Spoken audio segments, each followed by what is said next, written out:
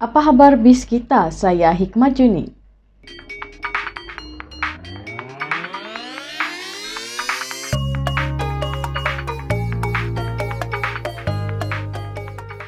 DAP Sabah menyokong cadangan menambah jumlah kerusi perwakilan Malaysia Timur di Parlimen kepada 1/3.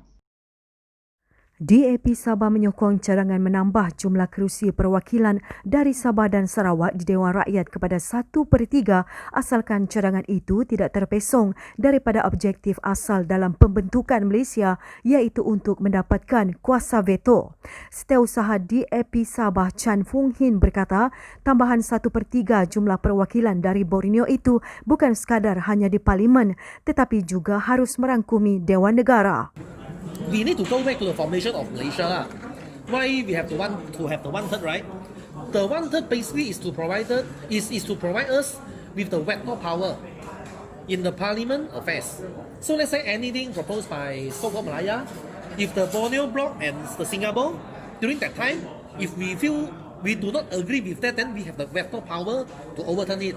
Because if any constitutional amendment, which is the major one, you need to have the 2/3 majority to implement it, right? Okay. To amend it.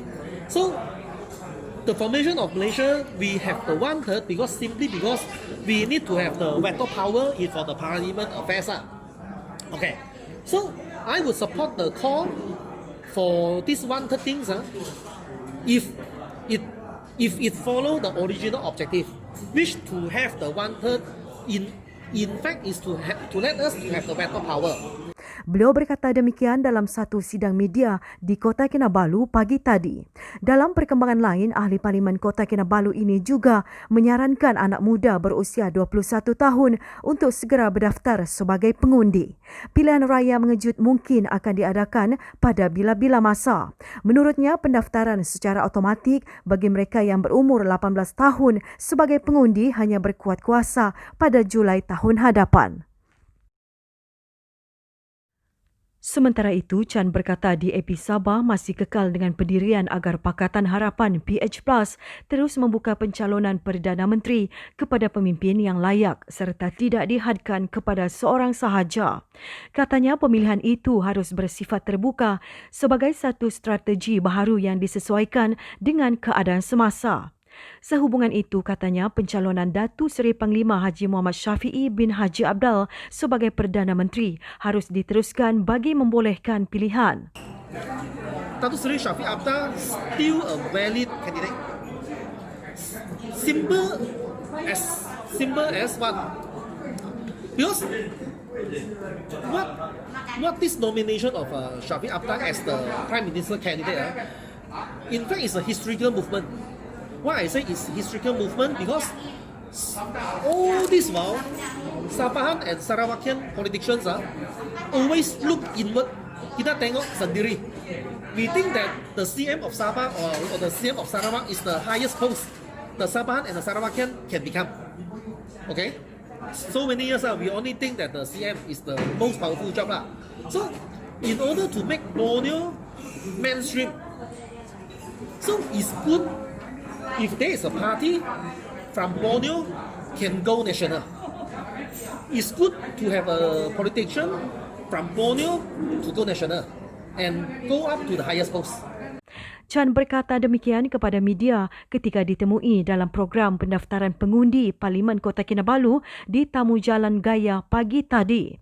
Chan yang juga ahli Parlimen Kota Kinabalu berkata DAP Sabah menyokong Muhammad Syafiee bukan hanya disebabkan beliau orang Sabah. Sebaliknya, ia demi membuka lembaran baharu dalam politik agar rakyat tidak terkongkong dengan politik berasaskan perkauman dan agama yang sering berlaku di semenanjung Malaysia. Beliau berkata DAP Sabah juga telah meminta Jawatan Eksekutif Pusat untuk mempertimbangkan pencalonan Datuk Seri Muhammad Syafiee. Katanya di peringkat negeri, DAP Sabah kekal dengan kuasa autonomi mereka untuk menyokong pencalonan Muhammad Syafiee sebagai Perdana Menteri. Usaha menyiapkan bagi 5% kerja-kerja pembinaan jejantah Skybridge yang masih tertangguh sehingga kini dijangka boleh dimulakan apabila mendapat kelulusan Kabinet Negeri Sabah. Ahli Parlimen Kota Kinabalu Chan Fong Hin berkata, Mayor Bandaraya Kota Kinabalu sedang menghantar kertas kerja Kabinet kepada Kabinet Negeri 2 minggu lalu. 2 minggu sebelum ni, PBKK telah menghantar Cabinet Paper kepada State Cabinet lah. So, saya turut juga minta maaf, okay, kerana hal ini terlampau lama sudah. Hal ini terlampau lama, walaupun last meeting yang kita arrange untuk Mayor pergi jumpa Menteri Keuangan yang masa itu lah, itu Tuan Lim Guan Eng kan. Itu saya rasa bulan Julai atau August last year. So in fact during that time there are some offers from the federal government and our mayor is a super berhati-hati, okay. Dia betul-betul fikir macam mana menyelesaikan masalah ini kan.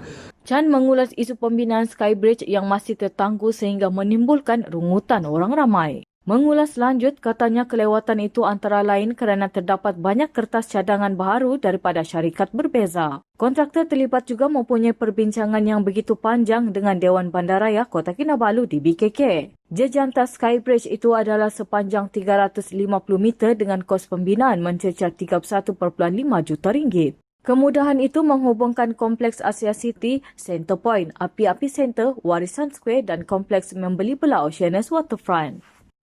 Hilang kepercayaan terhadap pemimpin, 250 penyokong sertai warisan. Seramai 250 bekas penyokong ahli Dewan Undangan Negeri Adun Sugut, Datuk James Ratib menyertai Parti Warisan Sabah selepas hilang kepercayaan terhadap pemimpin itu. Mereka adalah dari cawangan Kampung Kombambangan, Timpus, Sulit dan Musing Gopu. Mereka menyerahkan borang keahlian kepada Ketua Bahagian Warisan Beluran merangkap Ahli Majlis Tertinggi Warisan Aspa Abdullah Sani dalam satu majlis di Dewan Serbaguna Kampung Kombambangan Paitan semalam. Kebanyakan yang menyertai warisan adalah bekas ahli UMNO yang kemudian menyertai Parti Pertubuhan Kinabalu Progresif Bersatu (APKO) untuk menyokong Datuk James. Bagaimanapun mereka mengambil keputusan untuk menyertai warisan selepas hilang kepercayaan terhadap wakil rakyat itu. Aspa berkata kemasukan ahli baharu itu menjadikan warisan kini mempunyai 253 cawangan di Beluran dengan 130 cawangan dari Sugut. Anggaran keseluruhan ahli seramai lebih 13,000 orang. Pada 15 Jun lalu, James bersama Adun Kuala Penyu, Datuk Limus Juri mengumumkan keluar APKO untuk menjadi adun bebas. Mari berkenalan dengan seorang pengusaha cendawan di Tamparuli. Seorang lelaki, Shaini Sun, 37 tahun, nekat berhenti kerja sebagai guru sains untuk mengusahakan ladang cendawan di kampung halamannya di Tamparuli. Keputusan beliau nyata tepat. Kini bekas guru sekolah kebangsaan jenis Cina Kokwa Telibung itu mampu meraih pendapatan sehingga RM12,000 sebulan. Kejayaan ladang cendawan Shaini Sun di kampung Bontoy Tamparuli turut menarik perhatian Ketua Menteri Datu Seri Panglima Haji Muhammad Syafiee bin Haji Abdal yang melawat ladang ini semalam bersama-sama Menteri Pertanian dan Industri Makanan Datuk Jun Swong. Shaini mengambil keputusan untuk bersara awal apabila melihat potensi besar dalam perniagaan cendawan. Sebenarnya saya memang minat dalam bidang pertanian. So masa saya jadi cikgu saya part time untuk buat bisnes cendawan. Sebenarnya lepas saya ada saya baca satu blog mengenai macam cendawan. Macam saya rasa senang dan lepas tu saya ingin menceburi. Tapi sebenarnya ada satu reason juga kerana saya dapati kebanyakan murid saya kan mereka banyak bapa saya yang kerja tapi mama sebagai suri rumah. So why not adakah satu bisnes yang boleh membantu untuk meningkatkan pendapatan untuk macam suri rumah. So I think ini mushroom farming memang sesuai. Selain cendawan segar, bongkar cendawan juga dijual untuk menjana lebih banyak pendapatan.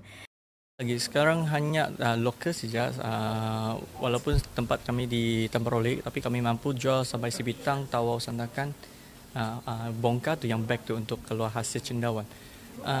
Dan saya pun fokus kepada hasil cendawan yang fresh mushroom. Saya supply pergi restoran vegetarian. Sekarang berjaya masuk kepada 2 supermarket, iaitu Lintas Supermarket sama Merdeka Supermarket. So in future, saya nampak ada potensi lah, itu yang saya mau kasih expand lagi supaya boleh masuk lagi banyak supermarket lah. Dengan dibantu 3 pekerja, Shaini turut merancang untuk mengembangkan perniagaannya kepada produk hiliran berasaskan cendawan. Seterusnya saya akan fokus kepada downstream produk, itu produk hiliran, macam mana dari cendawan ke produk seperti macam tiram, kita boleh fry mushroom, kalau yang black fungus yang kami panggil korong, kita boleh buat macam jus ataupun yang jeruk. So banyak potensi dalam dari segi pertanian hingga ke pemprosesan makanan. Sementara itu, Datuk Juns menggesa golongan petani dan belia untuk menceburi bidang penanaman cendawan, khususnya cendawan lingza secara besar-besaran. Tambahnya, seramai 120 peserta telah mengikuti lawatan ke ladang cendawan itu untuk mempelajari kaedah penanaman cendawan. Industri mushroom ini memang dia potensi dia memang besar, memang cukup besar, dan juga dia ada banyak peluang dia untuk bukan saja dari segi pekerjaan, tapi saya rasa dia ada banyak peluang dia untuk dia menjadi usahawan tani. Dia orang boleh buat downstream lagi, dia ada banyak peluang untuk downstream, dan memang pasaran antarabangsa di domestik ini pasaran pun besar, dan pasaran antarabangsa itu memang ada. So we just need to connect the dots ya. Di mana pasar dia, macam mana kita hantar, itulah kita kerjasama Asia untuk set up itu logistik hub. Katanya sejak Kerajaan Parti Warisan Sabah mengambil alih kerajaan negeri, industri pertanian di Sabah kelihatan lebih progresif. Memang banyak belia kan apabila kita ambil alih, dan saya ambil alih di MAFI ya, sebagai Menteri Pertanian. Saya nampak dia banyak itu orang mudahkan, dia memang macam itulah andainya ini pertanian adalah kerja susah, kerja memang sukar, itu pendapatan memang rendah, ini yang andaian. Tapi sebenarnya itu tidak benar. Ada cara dia macam mana dia boleh buat, dan sebenarnya banyak itu belia, bukan belia, itu petani adalah jutaan. Kita ikuti rangkuman berita jenayah. Meskipun berselindung di sebalik jualan barangan runcit, kegiatan penjualan tong gas LPG tanpa lisensa berjaya dihidu Kementerian Perdagangan Dalam Negeri dan Hal Ehwal Pengguna KPDN HEP di sebuah ladang kelapa sawit di Kunak semalam. Kegiatan itu terbongkar hasil serbuan oleh sepasukan pegawai penguatkuasa kementerian itu jam 11.30 pagi susulan aduan orang ramai. Ketua Pegawai Penguatkuasa KPDN HEP Sempurna, Jong Ji Leong berkata, serbuan itu berjaya menemui 136 tong gas berjenama Petronas berkapasiti 14 kg di stor penyimpanan. Sehubungan itu, pemilik premis didapati melakukan kesalahan mengikut Seksyen 20-1 Akta Kawalan Bekalan 1961 kerana menyimpan barang kawalan berjadual tanpa kebenaran. Menurut Jong, jika sabit kesalahan, pihak terbabit boleh dikenakan denda tidak lebih RM1 juta atau penjara tidak lebih 3 tahun atau kedua-duanya sekali. Semua tong gas berkenaan yang dianggarkan bernilai RM13,600 dirampas bagi membantu siasatan. Jabatan Siasatan Jenayah Narkotik Sabah berjaya menahan 172 individu dalam obsarang khas yang dijalankan selama 18 jam semalam. Operasi bermula jam 12.30 malam itu turut berjaya merampas 718.91 gram syabu bernilai RM71,891 dengan jumlah terbesar rampasan adalah sebanyak 519.47 gram bernilai hampir RM52,000 disandahkan. Pesuruhjaya Polis Sabah Datuk Zaini Jas berkata, individu yang ditahan berusia antara 18 hingga 62 tahun atas pelbagai kesalahan di bawah Akta Dadah Berbahaya 1952 dan Akta Racun 1952. Katanya, polis menjalankan serbuan di 60 kawasan panas yang dikenal pasti sebagai lokasi aktiviti penyalahgunaan dadah di Sabah. Kota Kinabalu mencatatkan jumlah tangkapan paling ramai iaitu seramai 30 individu. Tangkapan lain adalah di Tawau, Sandakan, Labuan, Keningau dan Kota Blut. Semalam juga bahagian siasatan jenayah narkotik Ibu Pejabat Polis Daerah Kota Kinabalu menggempur 22 sarang dadah di sekitar daerah ini menerusi obsarang khas. 44 individu ditahan atas pelbagai kesalahan dadah dan polis turut merampas 13.53 gram dadah jenis syabu. Pasukan Polis Marin PPM Kota Kinabalu berjaya merampas 200 kg pelbagai jenis ikan dianggarkan bernilai RM2,315 yang disyaki ditangkap menggunakan bahan letupan atau bom ikan di Pasar Safma Kota Kinabalu kemarin. Dalam operasi pukul 4 pagi itu, turut ditahan dua lelaki berusia antara 25 hingga 29 tahun yang sedang melakukan aktiviti memunggah ikan. Kes disiasat mengikut Seksyen 26(1)(c) Akta Perikanan 1985 kerana memiliki ikan disyaki ditangkap dengan menggunakan bahan letupan. Seekor buaya sepanjang 4 meter yang membaham seorang lelaki berusia 24 tahun di Kampung Tanjung Sapi, Kalabakan 3 Julai lalu berjaya ditangkap Jabatan Hidupan Liar di Sungai Kalabakan kemarin. Tulang tangan manusia ditemui dalam perut reptil liar itu setelah dibelah. Pegawai Jabatan Hidupan Liar Tawau, Sailun Aris mengesahkan perkara itu. Katanya, mangsa yang maut ditemukan dalam keadaan tidak sempurna dengan kedua-dua tangannya hilang. Berikutan kejadian itu, jabatan berkenaan mengambil inisiatif memasang perangkap pada 5 Julai lalu sebelum berjaya menangkap reptil liar berkenaan. Bagaimanapun, haiwan itu didapati sudah mati. Bangkai buaya itu kemudian dibelah dan menemui sisa tulang tangan manusia. Tulang itu telah diserahkan kepada waris mangsa untuk tujuan pengebumian. Sekian berita BTTV malam ini. Saya Hikmah Juni. Berjumpa lagi.